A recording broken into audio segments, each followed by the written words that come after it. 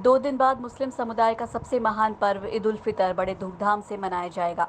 ईद पर इन दिनों corona virus के चलते मस्जिदों में नमाज अता नहीं होगी, लेकिन लोग घरों से ही नमाज अता कर अल्लाह ताला से अमन चैन की दुआएं मांगेंगे। प्रमुख समाज सेवी डॉक्टर तैयब खान ने बताया कि कोरोना वायरस के चलते लोगों में जागरूकता बढ़ी है। ऐसे में इस वायरस की रोकथाम के लिए सोशल डिस्टेंसिंग और मास्क लगाने और सार्वजनिक स्थान पर नहीं थूकना इसके रोकथाम के स्तंभ हैं। इसी बात को ध्यान में रखते हुए सभी मस्जिदों में नमाज अता नहीं की जाएगी, बल्कि लोग अपने घरों से ही अल्लाह ताला से अमन चैन की दुआएं करेंगे। डॉक्टर तैयब खान ने माध्यम टीवी के माध्यम से मुस्लिम समुदाय के लोगों से अपील की है कि वो सोशल डिस्टेंसिंग बनाए रखें, तब हम इस कोरोना वायरस से छुटकारा पा सकेंगे। दुनिया को पता है कि भाई कोरोना कैसे फैलता है और उसके क्या प्रिकॉशंस लेने हैं। तो इसमें जो इम्पोर्टेंट चीज़ है, कोई भी इन्फेक्टिव जो डिजीज़ है, कम्युनिकेबल डिजीज़ है, वो भीड़ में ज़्यादा होती है। जब हम इकट्ठे होते हैं तो वो होती है। तो अब कोरोना का जो चल रहा है, इसमें सबसे अहम इस चीज़ का ये है कि हम सोशल डिस्टेंसिंग करें। हर साल इन दिनों बाजारों में ईद और विवाह उत्सव की भीड़ देखी जाती थी, लेकिन इस बार कोरोना वायरस के चलते बाजार पूरी तरह सूने पड़े हैं। बाजारों में हर साल इन दिनों ईद की खरीदारी के लिए मुस्लिम समुदाय की महिलाएं बड़ी संख्या में चूड़ी बाजार की रौनक बन जाती थी, लेकिन इस बार कोरोना वायरस के चलते ईद की मिठास भी फीकी नजर आ रही है। इसका जीता जागता उदाहरण शहर का सबसे व्यस्त बाजार चूड़ी मार्केट है, जो कि बिल्कुल सूना नजर आ रहा है। एक चूड़ी विक्रेता ने बताया कि ईद पर सबसे ज़्यादा खरीदारी करने के लिए मुस्लिम महिलाएं बाज़ारों में आती थी, लेकिन ना तो शादी और ना ही ईद की खरीदारी हो रही है। ऐसे में व्यापारी खासे परेशान हैं। व्यापारी की स्थिति पूरी तरह से डामाडोल है। गाड़ी कब पटरी पर आएगी, कुछ कहा नहीं जा सकता। चूड़ी मार्केट की भैया बिल्कुल स्थिति अच्छी नहीं है। एक तो शादी ब्याह के जो त्यौहार वगैरह चल रहे थे, जो अभी सावे वगैरह चल रहे थे, और लॉकडाउन के कारण हो या फिर कोरोना वायरस के कारण काफी पब्लिक के मन में डर बैठा हुआ है, जिस कारण ना तो ईद का कोई त्योहार चल पा रहा है, ना ही किसी तरह के कोई सावे वगैरह चल पा रहे हैं। और अपने जैसे बेंगल्स वगैरह का काम है, तो सेफ्टी के लिए जैसे भी गवर्नमेंट ने, प्रशासन ने हमें गाइडलाइन दी थी भाई सैनिटाइजर वगैरह या आप यूज में लीजिए, तो हमने सैनिटाइजर वगैरह यूज में लेकर ग्राहकों का आस्था कराकर फिर वापस से मतलब सामान दिया जा रहा है। विधायक को सौंपे 1,22,700 के चेक। 39 चेक ऐसे स्वप्रेरित भामाशाहों की जरूरत है देश को। विधायक दीपचंद खैरिया ने दिया बयान। खैरथल कोरोना फाइट के लिए खैरथल कृषि उपज मंडी समिति आई आगे।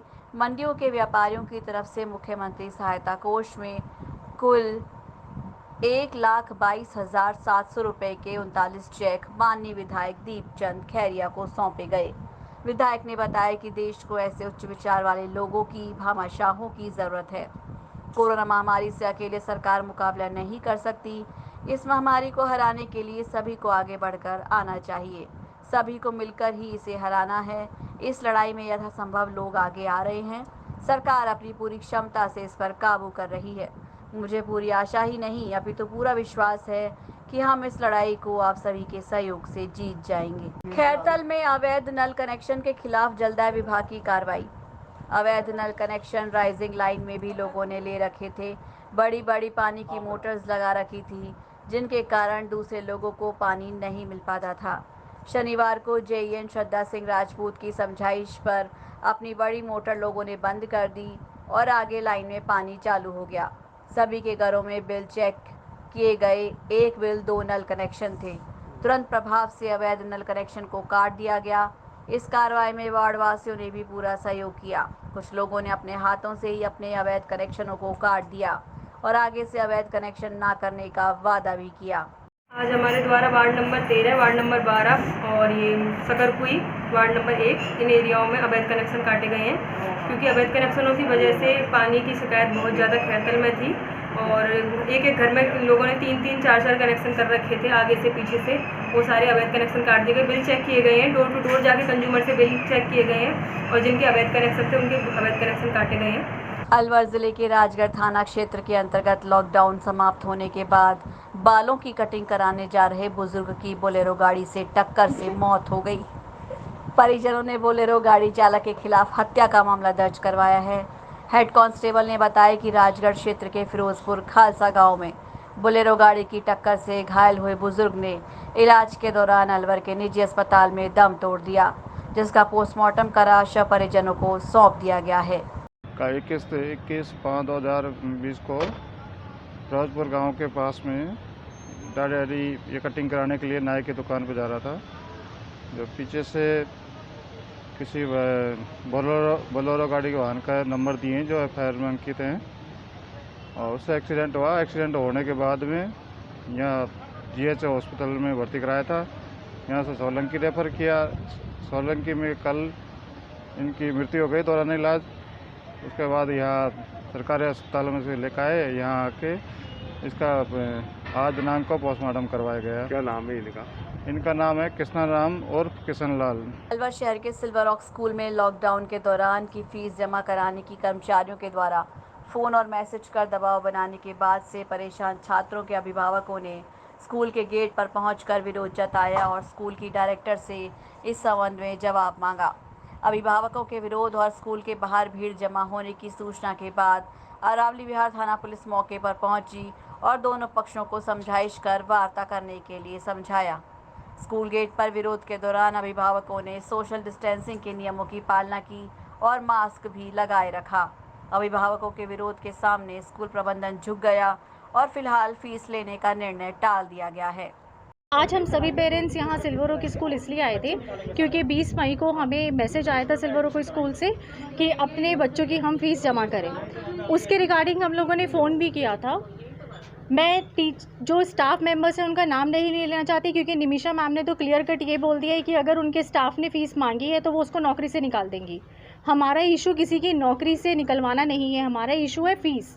तो जब हमने फ़ोन किया तो उन मैम ने जिनसे हमारी बात हुई उन्होंने क्लियर कट बोला, हम इवन रिकॉर्डिंग प्रोवाइड कर सकते हैं उसकी, कि ये अप्रैल की फ़ीस मांगी गई है आपसे, आप स्कूल में आने की बजाय इसे ऑनलाइन जमा कर दीजिए।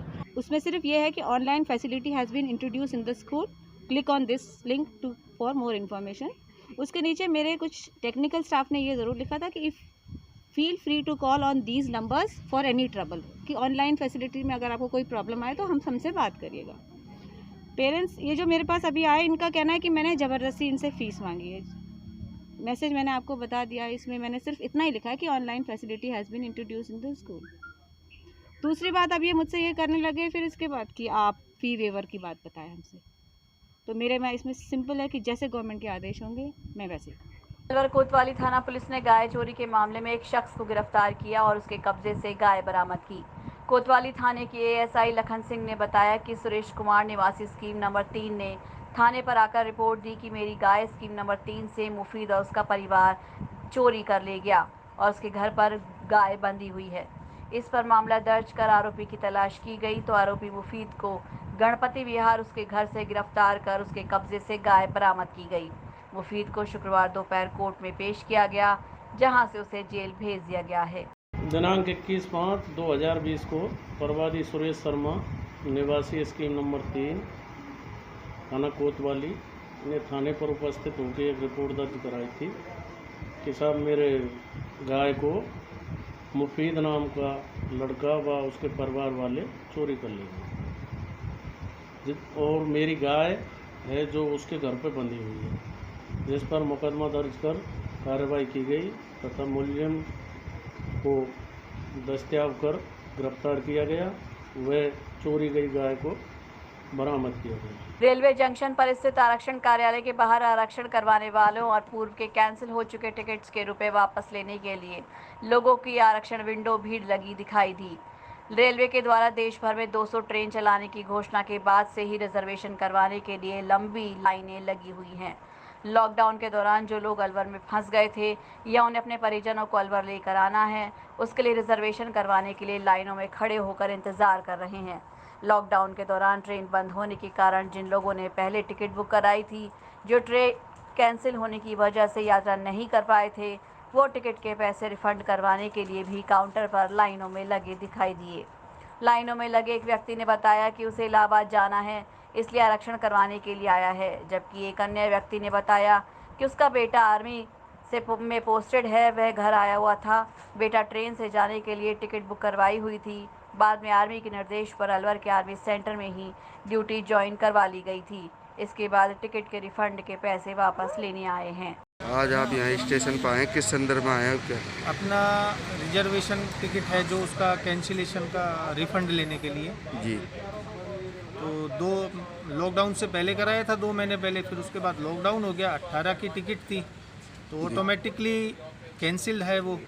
तो कल अखबार में आया था कि रिफंड मिल रहा है जी। तो उस बिहाव पर हम भी यहाँ पे आए और लाइन में आपके सामने खड़े हुए हैं, सोशल डिस्टेंसिंग बनाए हुए।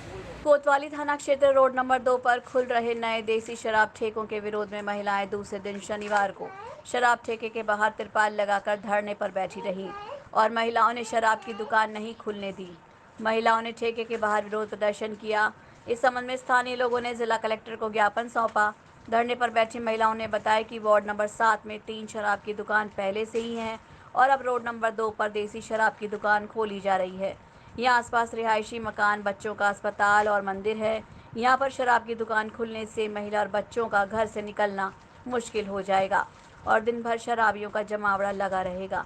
इससे बच्चों पर भी बुरा असर पड़ेगा, इसलिए किसी भी सूरत में शराब की दुकान नहीं खुलने दी जाएगी। मतलब यह है कि घर का पूरा काम छोड़ के अपने बच्चों को खाना तक भी टाइम पे नहीं बना पा रहे हैं, लेकिन प्रशासन हमारी कोई सुनवाई नहीं कर रहा है। अब ये सोचिए, अगर प्रशासन नहीं करेगा तो हमारी कौन करेगा? पब्लिक, आम जनता कहाँ जाएगी? अब 2 दिन की छुट्टी का फायदा उठा के वो कुछ भी कर सकते हैं, इसलिए हमें सतर्क रह के पूरी रात दिन धरना देना पड़ रहा है।